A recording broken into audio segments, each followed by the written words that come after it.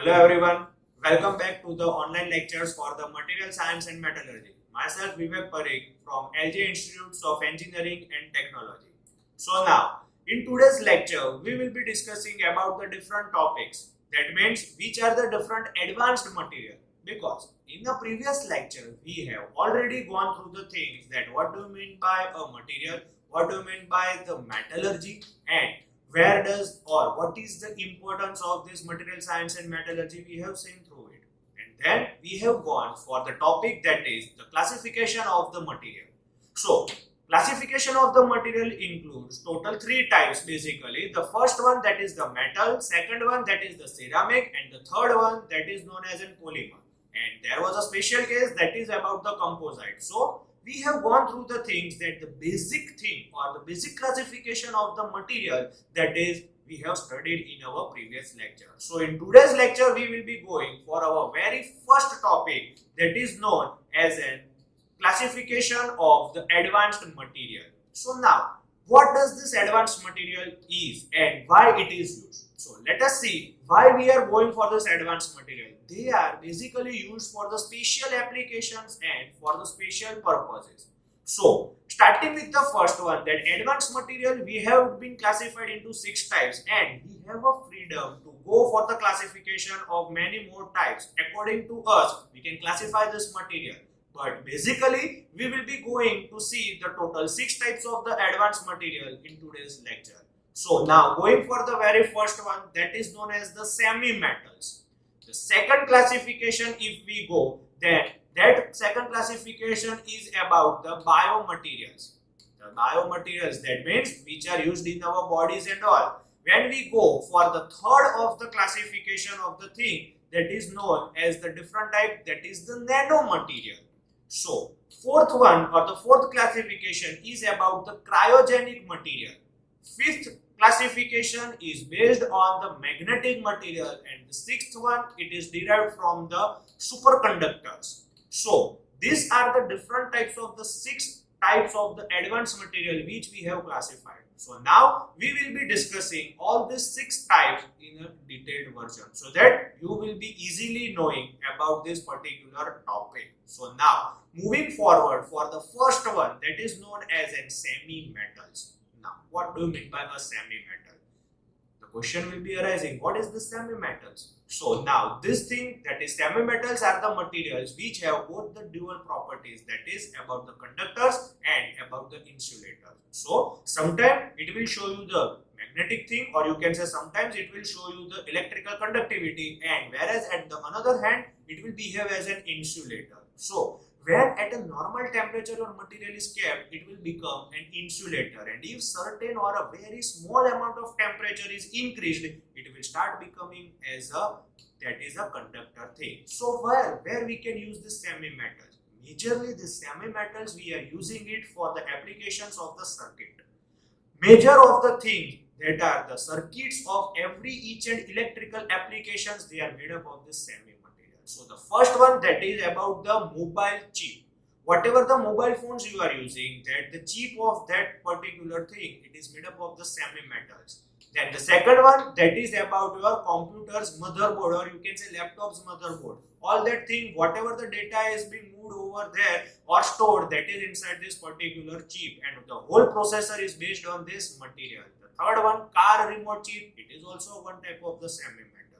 The example, if you want to go, then you can say that the arsenic, germanium, they are the examples of this particular semi-metals. So now this was about your semi-metals. Moving it for the second classification, that is known as a biomaterial. Now what do you mean by a biomaterial? Biomaterial is the material which is inserted in any of the human body, that is known as a biomaterial. Means whatever the material we are inserting in our body. So where we are inserting this thing? We are inserting in the very different ways. The first one, that application of this thing, that is the dental implant, we can go hip implant. Then there are the screws and the plate which are used to join the two bones whenever they are having a cracks and all that thing. At that time, whatever the instruments we are using, they are of the biomaterial. We can also say that our contact lenses and all, they are also a part of the biomaterial. Means the material which is inserted in any human's body, that is known as a biomaterial. What is the speciality of this material? This material will never corrode or will never react in our body. So titanium is the best example, or the stainless steel is also one of the example of this biomaterial. So now let us see certain thing, that is the dental implant.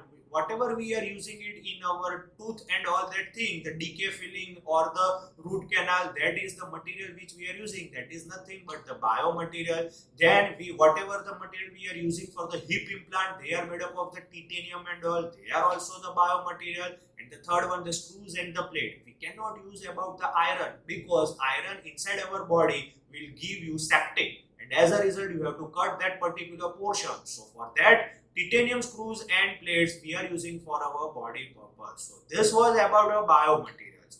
Now moving forward for our third type. So third type, that is known as a nanotechnology, or you can say that is the nanomaterial. Now what do you mean by a nanomaterial? You will be aware, because you have already studied in your lower classes about this nanomaterial. Nanomaterial is the material which we are dealing in a very minute material. That is, we are dealing it in the form of the 10 raised to minus 9 meters. So for that particular thing, we are using the nanomaterial. Where we can use this nanomaterial? There is a vast application of this nanomaterial. We are using as a form of the nanotubes, that is the buckyball and the nanofibers. We are using it for a very small thing to the security purpose. We can use this thing. So if you want a precise thing, then we can use this type of the nanomaterial.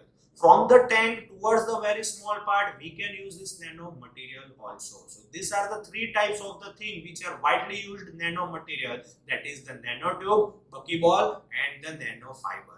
Now moving forward for the next one, that is known as the fourth classification, that is about your cryogenics material. Cryogenic. So before moving forward, it is a special type of the material which we are using. The next one, that is, what do you mean by a cryogenic material? Cryogenic material is nothing but the material which can be used or which can be worked at a minus 200 degrees Celsius. And ordinary material you cannot use at minus 200 degrees Celsius, because it will become a brittle. But the material which can be used at this lower temperature, that is known as a cryogenic material. Now, where we can use this material? This material, they are used for the liquid nitrogen, then liquid helium, for storage of that thing. For the plasma purpose, we are using this thing. That means it is not commercially available, but this material, they are the special type of the material, and majorly when the gases are turned into liquid, they are used as a cryogenic material. So you will be aware about the liquid nitrogen, they can be stored, and for the plasma also we can use this cryogenic material. Clear? So now moving forward for the next thing, that is known as a magnetic material. As the name suggests, what do you mean by the magnetic material? As the name suggests, that is the magnetic effect which is given by the material, that is known as the magnetic material. Means iron, cobalt, nickel, they are having a permanent magnetism inside it, and such type of the material, they are known as a magnetic material. Where we are using this material? You have already seen many applications, but you will not be aware about that thing. Let us focus it. So the first one, that is the application, that is the wireless charger of the phone nowadays which are introduced. They are because of the type of the magnetic material. Let us see, that is the chip, whatever the chip that is provided, black color chip behind your credit card, they are also the magnetic material. And maglev trains which are running at a very high speed, they are not running on the wheels of the train, they are having the magnetism inside that particular thing, and due to that thing, here are the different types of the applications where we can use the magnetic material. In the receivers of the phone also we are having the magnetic material. So we are using this material since many ages. Clear? And the last one, let us focus it on our last one, that is known as superconductors. They are the special types of the material which we are using. Superconductors. What do you mean by a superconductor? A superconductor, it is a metallic alloy which after certain temperature, which have a zero electrical resistance, that is known as a superconductor. Means whenever you are taking a material and suddenly you are lowering its temperature, and as a result whose electrical conductance becomes zero, then that type of material is known as a superconductor. Where we can use these superconductors? There are majorly two applications of the superconductor. The first one, that is the MRI machine. MRI machine used to scan the body of the person. That is also having a concept of the superconductor. And the next one, that is the mass spectrometer. Mass spectrometer, it is used for the measuring of the mass of any of the unknown elements. If you have been given an unknown element, for calculation of the mass of any of the element, we are using this mass spectrometer. So in this way, we are using all the different types of the advanced material. So this was all about the superconductors and the different types of the advanced materials which we are using. So now moving forward with our next topic, then what do you mean, or what is the difference between the metals and the non-metals? Let us focus it on, because we have already gone through the things, but let us once again recall what is the major difference between the metals and the non-metals. Metals, as I have told you in the definition, they have always a tendency to lose the electron, whereas non-metals, they can share or they can gain the electrons. Metals, they always go for the metallic bond, that means anion and cations, whereas non-metals, they will always go for the ionic or the covalent bond. The surface, or you can say the surface of the metal, they are having a shiny and they are having a strength, but non-metals, they are dull in appearance, whereas they are having the weak.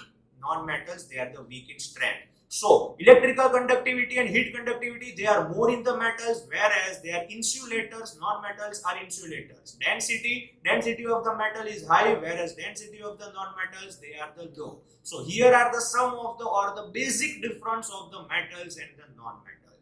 And in today's lecture, last topic, that is known as an engineering requirement of the material. Now, before going forward or before manufacturing of any of the product, if you want to go for the engineering requirement, then which are the engineering requirement of the material? So let us see. There are three different engineering requirements. In a company, if any engineer is working, he has to face or he has to keep in mind in three different factors. The first factor, that is known as a fabrication factor. Second factor, that is known as a service factor. And the third factor, that is known as an economic factor. Now, how does this work? Let us see. So, while going for the Tata Nano, the Ratan Tata used to say that he want to manufacture a thing which is having the price less than the 1 lakh or around 1 lakh to 1.5 lakh. So, whatever the engineer did, that was the very first factor they took into consideration was about the economic factor. Means the company is going to give a certain amount of the money towards the manufacturing of the product. So the first factor which an engineer will keep in mind, that is your economical factor. From that economical factor, he will decide the fabrication factor, means how he will produce the material and how he will join the material. That is totally based on the economical factor. Means engineer's second main role that comes, that how he will manufacture a particular parts for the particular product and how he will assemble that particular thing. So this comes under the fabrication factor. That also is responsibility of an engineer. And the third one, after the preparation of your product, when it comes into the market, the service factor comes into the consideration, because if anything happens to the particular product, then the service is the most required part. So service should be providable, and engineer should be knowing that if any certain things happens to the product, then how you can solve that thing. So that's why engineering requirement of the material, they are divided into three types, that is the fabrication, service and economical factor. So in today's lecture, we will be staying over here, and in next lecture, we will be seeing about the material selection criteria. Then next one, that is the mechanical properties of the material. Till then, thank you.